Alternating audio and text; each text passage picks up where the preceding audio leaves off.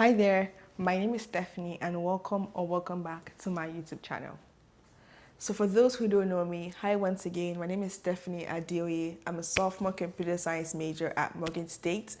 And before I started my freshman year, I went online to YouTube to look for videos like these of people basically giving advice to freshmen or saying what they'll do differently if they could go back in time in their freshman year. I didn't really find as many. The few I found were 4, 5, 6 years old, which of course they were so good, but would not be as useful to modern day context. So I started my sophomore year 3 days ago, and I was like, you know what? Let me just film this video for you. So I hope you learned something. This video will be divided into different parts, so you could feel free to skip using the chapters. I'll make sure I put it in the description and also in the video playback. So when people ask me oh, what's a major? And I'm like, computer science. They're either like, oh, you must be super smart, or the major is super hard, or do you think AI would replace your job or replace you in the future? And to be honest, they have every reason to say that, but I'm just going to be demystifying one myth in the terms of the fact you don't have to be the smartest person in the world to study CS. I would say depending on the school you go to, some schools have a lot of math classes. I believe for my degree, I only have five math classes to get through my entire degree program, which I'm very, very grateful for. But I know some people who have 6, 7, even as much as 8 math classes to go through. But once again, just it depends on your school, your degree route, and whether or not you're majoring in math or statistics and different other classes. In terms of people asking me whether or not AI will replace my job, I don't know the future, and I'm not living in the future. I'm living in the present, so I don't know if it will replace my job. But I'm trying as much as possible to make myself non-replaceable, in a sense. No matter how many technical skills the AI can have, it can never have the soft skills of a human being. So that's it all. So this video will be divided into different parts, like the mindset part, the recruiting advice and recruiting tips, academic and skills, networking, community building, and things like that. And if you see me looking down, that's because I'm reading from a list of stuff that I have. So yeah. I feel like mindset is something that really affects people a lot. If you go into a class with the mindset that the class is hard, you're going to find the class hard, which is very true. Very, very true. And one thing with people is that they go into CS with the mindset that, oh, it's really hard and you're going to struggle. I feel like a lot of people have that mindset already. And so they act based on that mindset. They think based on that mindset. And what they get is also as a result of their mindset as well. I remember a couple of days ago, I was doing leak code in the Core Stack Slack. And, I was talking about how I felt like me in January was smarter than me in August because a question I solved in January, the code was so clean. I solved it so effortlessly. I explained my thought process. But to solve the same question again in August, I felt super lost. I didn't even know where to start coding from. And then he just reminded me of the fact it's okay to not feel smart. It just means you're learning.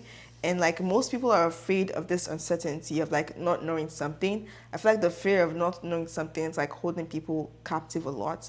And he was unless you overcome this fear or this uncertainty, you're not going to unlock greater potential. So CS is a very big learning curve. I'm not even going to lie. I came into college only knowing HTML and CSS and JavaScript. And while that is not the biggest coding knowledge, it's still something. Because I remember I started coding not a year actually, maybe November of the year before I got into college, because I was on a gap year.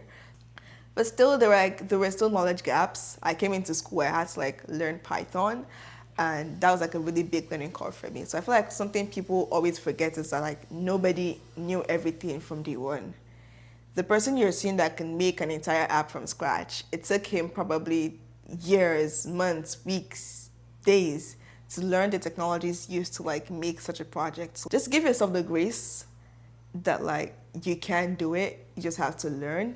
It's very easy to fall into this temptation of gosh, I want to make this, but I don't know how to make it. I don't know anything about it, and I'm not understanding what I'm learning. But it's you have to give yourself that grace and not compare yourself to what other people have done before, in a sense. I just setting the tone for this video. Just change your mindset about certain things, and it's going to help you in the way you grow and the way you see certain things as well. Now, when it comes to academics and skills, I feel like this is where I would be able to like give more advice. Now, when it comes to academics, most people think a 4.0 GPA, all A's, honors college, dean's list is gonna get you a full-time job. I hate to break your bubble, but it's not enough. And it's actually coming from someone who actually has a perfect GPA. It is not enough. I promise you that. It is the least thing you need to worry about because guess what? There are people with a 2.7, 2.9 GPA, and they don't even have it on a resume, but they're still getting internships at Google, at Amazon, at Apple. So, it's going to be a ride, but it's definitely worth it in the long run. When it comes to classes, from what I've seen, I've taken 3 comp sci classes in my freshman year. And what I've noticed from like the first 2, which were like Intro to Programming 1 and Intro to Programming 2, was that a lot of people tend to not understand the basics and they proceed to use AI platforms like ChatGPT or Cloud to do their assignments. Now, don't get me wrong. If I have a homework due by 11:59 and I didn't start that homework till 10 p.m., best believe if I'm not getting it, I'm just gonna. A lot of people make the mistake of copying and pasting homework code into ChatGPT, especially in the intro to computer science, intro to Python classes. And this is a very, very big mistake. Now, you might ask me why. It's not a big deal. Just get the homework done. But when you start to take coding interviews, they're always testing you for your foundational knowledge. For example, how do you know when to use a for loop versus when to use a while loop? And what situations can you use them perfectly? How would using each of them affect the time complexity of your solution? These are things that are tested in software engineering interviews, in coding interviews, and they're looking to see how well you understand this basic knowledge of programming, of Python or Java syntax, or even data structures and algorithms.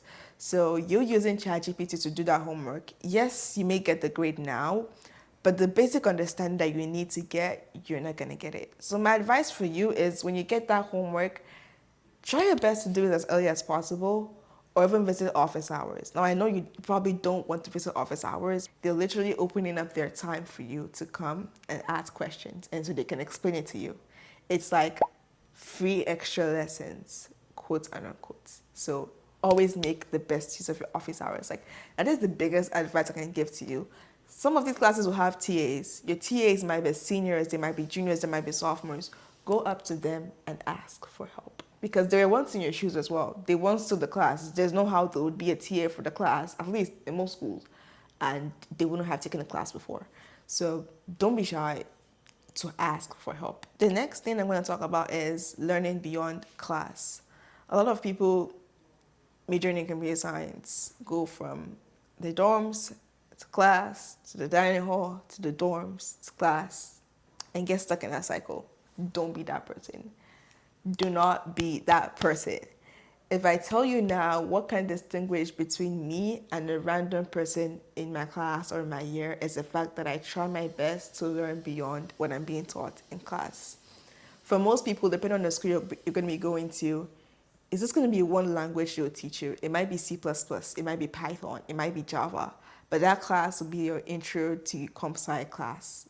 And you'll find classmates of yours that know 2, 3, maybe even 4 languages, and you're like, wow, you must be really talented. You can also be that person too as well. You just have to take the time to learn stuff beyond class. A good way to learn something beyond class is going to hackathons. As a sophomore, right now, I've been to 4 hackathons in my freshman year alone. 3 hackathons which I attended as a student, and the 4th was which I was an organizer. So I got to see behind the scenes. You always learn something new within the 24, 36, or 40-hour frame. And you don't have to be the most knowledgeable. Okay, for me, I went to my first hackathon in my first 2 months of college. And everyone on my team was an upperclassman. So they were all seniors and juniors, but I was the only freshman. And boy, oh boy, it was a learning experience, definitely. Did I feel useless? 100%. I felt very useless.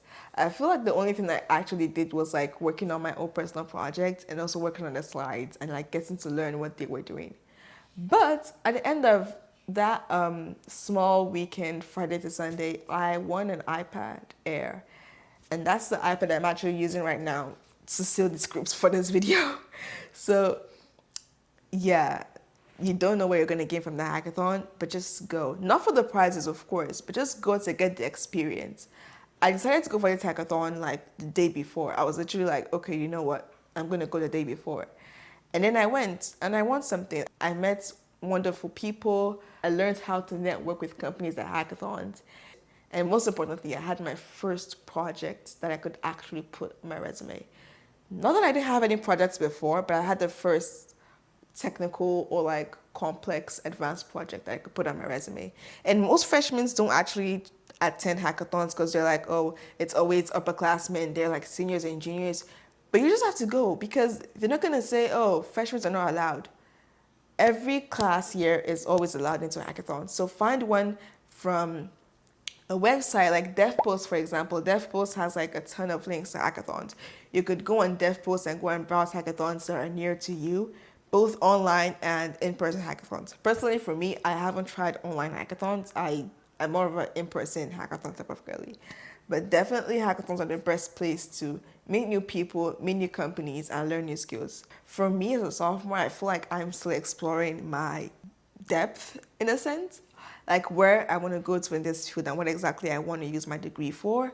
So don't be shy to like explore things as a freshman. I feel like a lot of people want to like make it seem like, oh yes, you have to like have things solidified. No, you can explore things in the way you want. Take, for example, CodePath. CodePath is a nonprofit that gives you like classes that you could enroll in, and you have like virtual classes.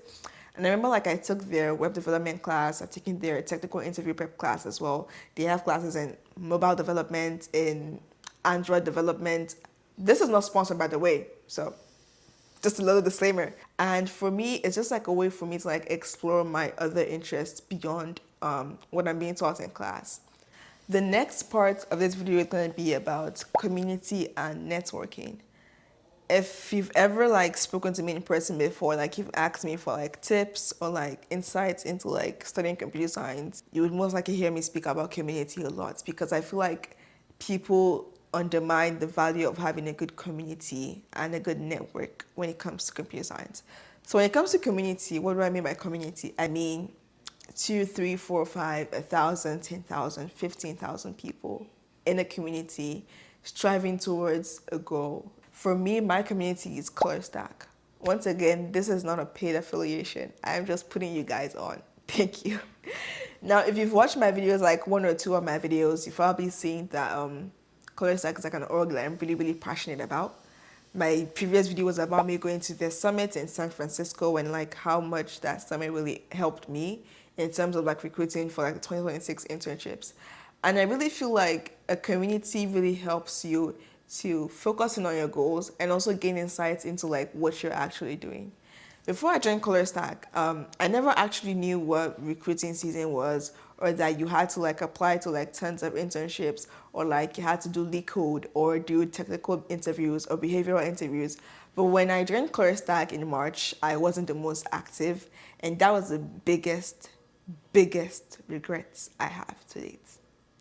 If I could go back in time to March 2024, before I started college, I would tell myself to actually log in with the ColorStack Slack, because there were so many opportunities that were dropping for incoming freshmen to be able to navigate the field of tech and computer science. And if I was just a little bit more active, if I had just gotten Slack on my computer instead of my phone, I would have gained so much more opportunities. I would have met so much more people. I would have known so much more coming into a recruiting season. Because if I remember freshman year, I started recruiting pretty late, like September-ish. And, nobody told me that, oh, you could actually apply to internships that are not for like underclassmen. And like you could like, network with these recruiters and like try to like get your name out there. So I definitely say a community is very, very important. The CS journey is not easy. There are days whereby you feel tired, you feel unmotivated, but like these people are genuinely going to be your backbone. Like Nesby, for example, some people, Nesby is their community as well. Find an organization around you that is centered to helping students in your field. For ColorStack, for example, it's for like Black and Latinx people in computer science. So for your org, for example, it might be different. It might be Latina girls in computer science. It might be Black girls in tech or IT. So finding these communities and honing these communities really, really help you. You can't be an island. You can expect to not rely on other people and go far. There are people who have helped me and the people who have helped in this field, and I'll be forever grateful to them. So join a community, find a community near you. It's really, really, really important. I can't understate the importance of a community. ColorStack gave me a scholarship when I had financial issues. I found my closest colleagues that I recruited within ColorStack. I went to the summit. I met so many people. I've gotten access to so many opportunities, to recruiters, to companies, to programs, just through ColorStack. And I've learned so much even about leadership from there. So it's like the people you meet there on that platform, or like even in your community in general, would take you far before like any other thing can. Your network is your net worth. So like always make sure you have a community with you in this journey. If you're a freshman or you're an incoming freshman and you don't have a list of orgs that you want to join, what are you doing? Now I know in some schools like you have to like apply to orgs or like go for like interest meetings and things like that. But the biggest advice I would give my freshman year self, well actually anybody that's a freshman right now or incoming freshman, join that club. Join it. Personally, when I was coming into college, my goal was to only join clubs that were professional clubs. That's like career-related clubs. So for me, it was Women in Computer Science, which is WICS on Morgan's campus. I joined WICS in fall 2024. My second hackathon, I got to go because WICS provided transportation through the hackathon body. And I got to attend the Nesby conference in Chicago 2025 for 5 days, free of charge. I'm talking hotel, flights, food, fully covered for the entire 5-day period. So orgs are like the biggest thing you can ever join. If you don't have a community, find an org and find people in that org who have like goals as you. My biggest advice for you is to put yourself out there through these orgs. They offer so many amazing opportunities and you would only know if you were part of these orgs. Now that I've spoken more about community, I'm going to talk more about networking, because I feel like that is a big thing with like everybody's like, how do I network with people? How do I like connect on LinkedIn? Now, for me, what makes networking easy is I take away the term networking from my head. I replace it with meeting new people. So anytime I'm going to like a conference, like a career fair, I don't like try to put networking on my head.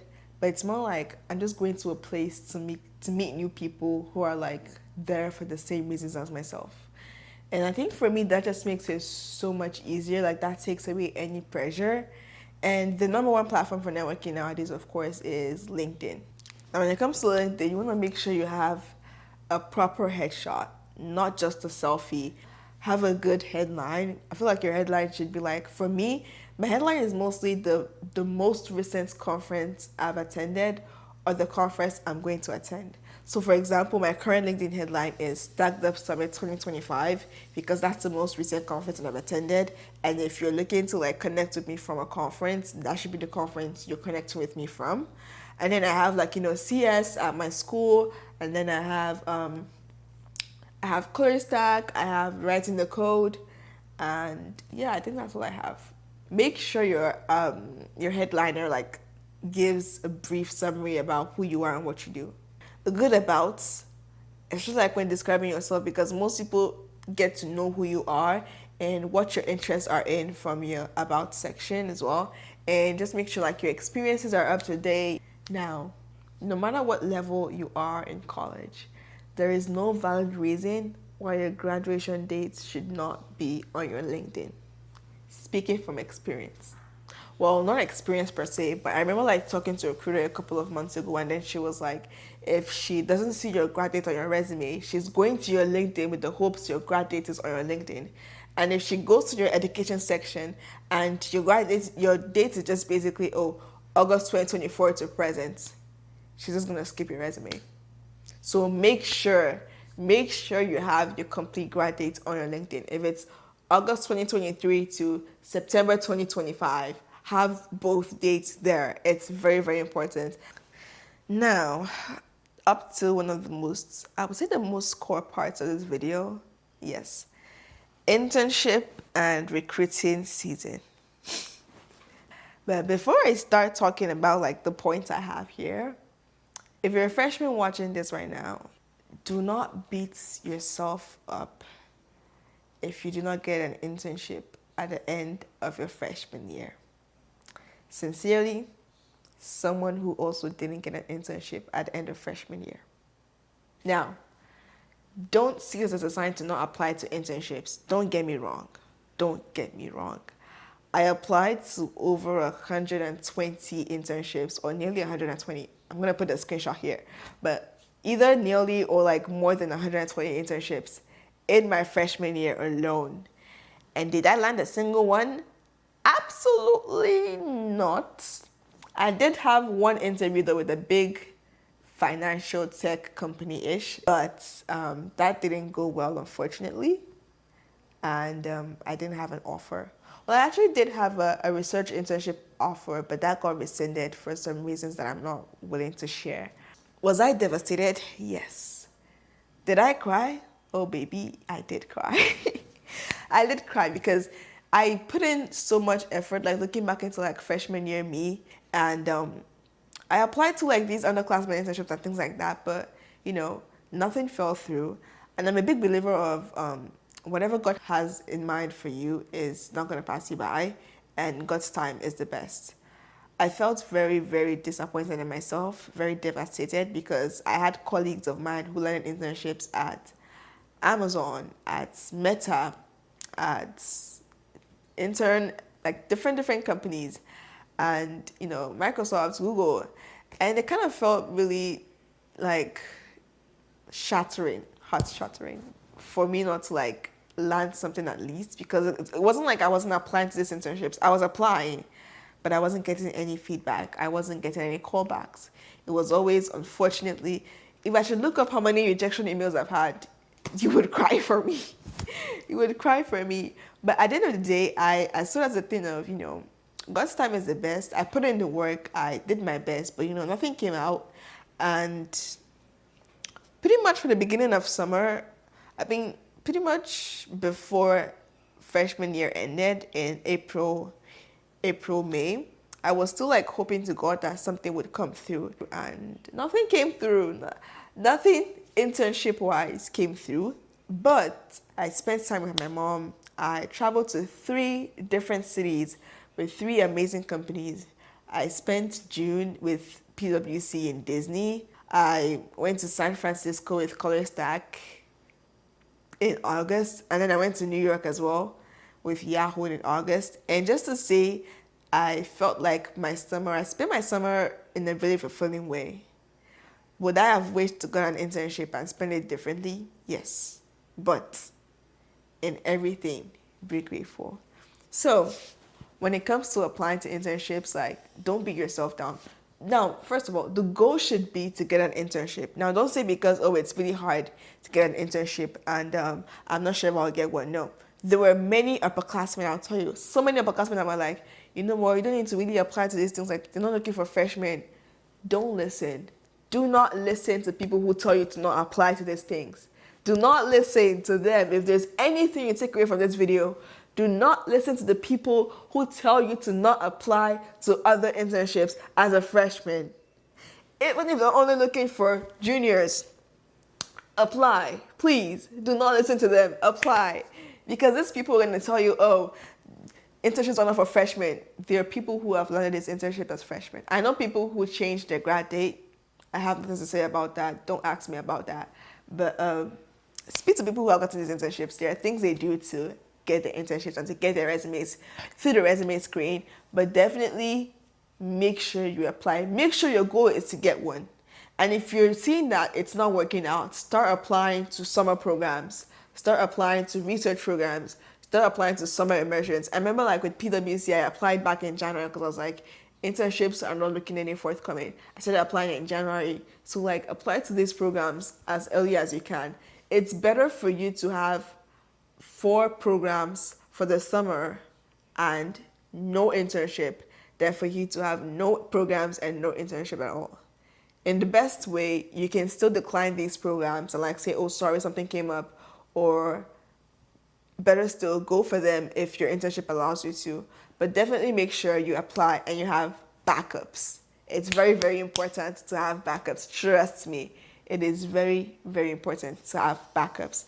If you're not going to do an internship this summer, what are you going to do with your summer? For me, I spent my summer working on my projects and learning more about recruiting season and the companies that I was actually interested in recruiting for this season. So, and also like building my resume and having fun as well too. But if you're not going to do an internship, find something good to do with your summer. Don't just waste your summer, staying at home all day long or just watching TV or going to work and coming back home. Build something with your summer so you can reflect back and see how much you've grown over the summer. Now, I've talked about, internships and things like that. Now, you're probably asking, how do I get these internships as a sophomore, as a freshman? Well, mostly as a freshman, actually, because I'm also a sophomore, so I'm still learning. But how do I get these internships as a freshman? Now, recruiting season. This is a term, if you've spoken to me and we've talked about tech, you've probably heard me say a dozen of times. But when it comes to internships, there are 3 main seasons that you keep in mind. There is the fall internship season, there's the summer internship season, and there's the spring/winter internship season. Winter it's really dependent on the company. Some companies have winter internships, some don't. Spring, couple of companies, most companies will have spring and fall as well as summer internships. The most popular one, of course, being the summer recruiting season, and that's what I'll be focusing more in this video. But if you have like any questions about like fall and spring, you can comment in the comment section below and I'll reach out to people who have more experience in that and give you a response about it. When it comes to summer recruiting for summer internships, specifically with tech, now this is majorly towards tech, it's always starting in a year before, in the fall before. It's always starting a year before. So take for example, summer 2020's internships have started opening since July 2025. And now it's like August ending, early September. More and more internships are opening up. I remember Google has opened their internships as well. Amazon has opened their internships as well. So it's like these internships tend to open more in August, starting from like early August to like September. That's like the most influx. Now October, of course, is more of like interviewing and like companies are still opening up positions. November, positions are still opening, just like interviewing and like positions opening. And then December, things slow down a little bit. They're slowing down the interviews because of course they have to like go home for the holidays and like Christmas, New Year's and things like that. But as a freshman, you want to make sure you put the most of your effort into the fall recruiting season. Now, in the fall recruiting season, it's really easy for like you to, be distracted by school and like classes and things like that. But you have to remember like constantly set time to actually apply to these internships. Interviews as well, make sure you take mock interviews as well. Ask people to like, give you a mock behavioral interview or like give you a mock technical interviews, because I feel like for me, talking to a camera is really, really nice, and that has like helped me develop my confidence. But also the amount of technical mock interviews I've done and behavioral interviews, oh my God, I can't count. I cannot count, because I feel like behavioral interviews have really, really helped me to like talk more about myself. Obviously, I do YouTube, I yap a lot to the camera, but when it's an interview, it's like there's somebody else in front of you. A camera cannot like talk back to me, but the interviewer can talk back to me. So make sure like you practice being confident on camera, showing up to these interviews with like your best self and like your best energy in a sense. So when it comes to internships for like freshmen, I feel like I forgot to like mention this before. There are actually internships specifically designed for freshmen and sophomore. So in the description below, I'm going to be putting like GitHub repositories that helped me when I was a freshman in like finding these internships and applying to them. Example is like Duolingo Thrive. That's for like sophomores. or Microsoft Explorer for like freshmen and sophomores. I know Dropbox has like internship for sophomores. There are like a ton of freshman and sophomore based internships out there. There are companies that specifically make internships for like freshmen alone and sophomore alone. So I will be dropping like a repository and like links to like repositories for even like upperclassmen internships in the description below, because I feel like as far as it doesn't really specify the grad date and it just says like, oh, you should be like in a degree program, you should definitely apply. But there are a ton. I would have mentioned more, but as we all know, a couple of them got scraped. A couple of them, due to like being diversity focused, got scraped off this past season. So they're not coming back. Oh, another good one is NVIDIA Ignites. I don't know if they're gonna do it this year though, so don't count that on me. But I know NVIDIA Ignites is one of them as well.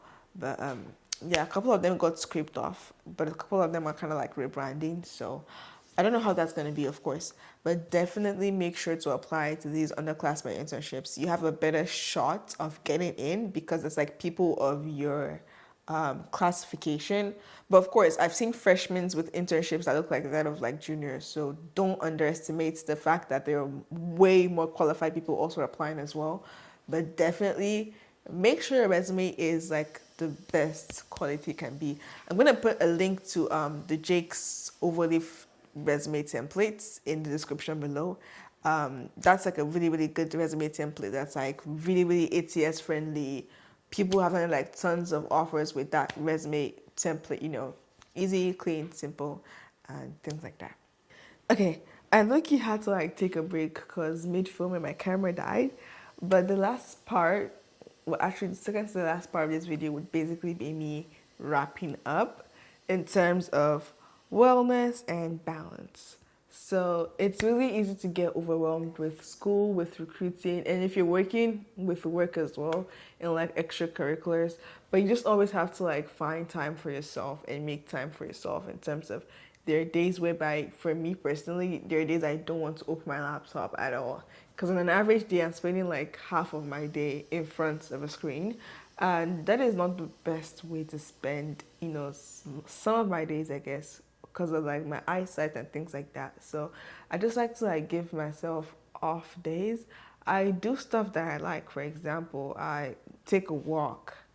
I talk to friends and family. And then the last thing we were talking about is something that's actually very popular, and it's managing imposter syndrome.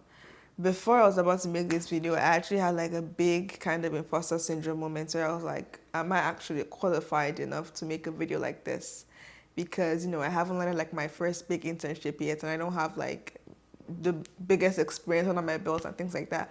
But I was like, you know what? If I decided to keep this knowledge to myself, there's someone out there who needs it and may not be able to get it because I thought I wasn't good enough. And I remember myself of, the fact that I am fearfully and wonderfully made, and, I am enough. And just like reminding myself of God's words and my beliefs, just like maybe, sit down and actually film this video. So in everything, know that you're enough. If there's an opportunity you want to apply to and you think maybe your resume is not good enough, just apply, because the biggest regret you'll ever have is saying no to yourself before other people say no to you. I always tell people this, like, if you know me, you know that if you give me something I'm not satisfied with, I'm going to ask you for something better. Like, I'm not someone to settle for less in terms of like career-wise or academic-wise. If you tell me that, I'm going to ask you why. And I'm not afraid to ask for something as far as it's well in my rights to ask for it. And I feel like that's something I'm developing. It's like the grace and the spirit to continually ask. Because even the Bible says, ask and you shall receive, seek and you shall find, knock and the door shall be opened unto you. So why would I not ask for something if I want it? It's as simple as that. And I've always like had this biggest mentality, and like people always call it rejection therapy. It's like asking for stuff knowing fully well like you might not get it, but still asking and still putting yourself out there. And I always thought people like, if you know me, like, like I'm quite bold sometimes, and I'll be like, well, the worst thing they could possibly say is no, and like it's not my loss. And I know at least I tried my best and I asked. So I would definitely say like imposter syndrome is definitely real, but do try to overcome by reminding yourself of like you're enough and you're also just learning. And also, what's the worst that could happen? You got rejected. You didn't get an internship. Fine and good. It doesn't make you any less of a human being. And the world still keeps on moving. Opportunities still keep on opening. So like, just learn to like remind yourself that you're enough and you're trying your best and you can still keep putting in more effort, you know. Just like wrapping things up, I give like study tips, advice. Don't compare yourself to others. Start networking early. Start practicing lead code early. How I wish I started practicing lead code early, like way earlier. And then one more thing is just like celebrating your small wins. I remember when I hit like 1,000 followers on LinkedIn, and I was like, that's not like a lot of people, but as small as it might be, like those small wins, like getting an A in a class you thought like was initially hard, celebrate yourself for it. Me, for example, now I want to start like rewarding myself. So like find something I really want and then like put it on my wish list and set a goal. For example, if I practice, let's say if I practice 10 legal questions this week, I would watch a series that I've always wanted to watch, or I would order something from DoorDash or order something from Amazon. For me, hitting 100 subs on YouTube would be a big thing, and for somebody else, it might be like very small, but to each their own. So always make sure, even if it's like winning your first hackathon, that's a big thing because there's so many people out there who haven't been to a single hackathon. So always make sure you celebrate your small wins. Trust me, you would say thank you and see your future self. Yeah, that's also like my advice for anybody studying CS. I wish you all the best of luck in your school, in your classes, in your semester. I hope you have a great semester. I hope you have great professors. I hope you learn new stuff in your class. And I hope you get the job or the internship of your dreams. And yeah, if you're a CS freshman, like drop what you're most excited about coming to the school. Drop in the comments. If I left out anything in this video, feel free to like comment as well. But I think I'm wrapping up this video here. So if you watched till the end, thank you so much for watching. I really appreciate you. And like, if you're not a freshman, but you know someone who's a freshman and needs to hear this, please don't forget to share this video with them. And if you're watching, make sure you like, subscribe, and turn on post notifications so you get notified each time I post a video. I post a video every week on Wednesdays by 7 p.m. EST. Some days I might drop 2 videos in a week, depending on how much content I'm able to get. But with school and everything, it's mostly once a week, Wednesday, 7 p.m. for now. But thank you so much for watching, and I hope you have a great day, a great week, or a great night. Peace out. Bye. Yeah, I just finished filming that, and it's going to be coming out on September 10th by 7 p.m. September 10th? Yeah, September 10th, 2025 by 7 p.m. EST. So make sure you like, subscribe, turn on post notifications, logged by Steph on YouTube. Make sure you hit that bell so anytime I post a new video, you will be the first to know. Okay, I think that's it.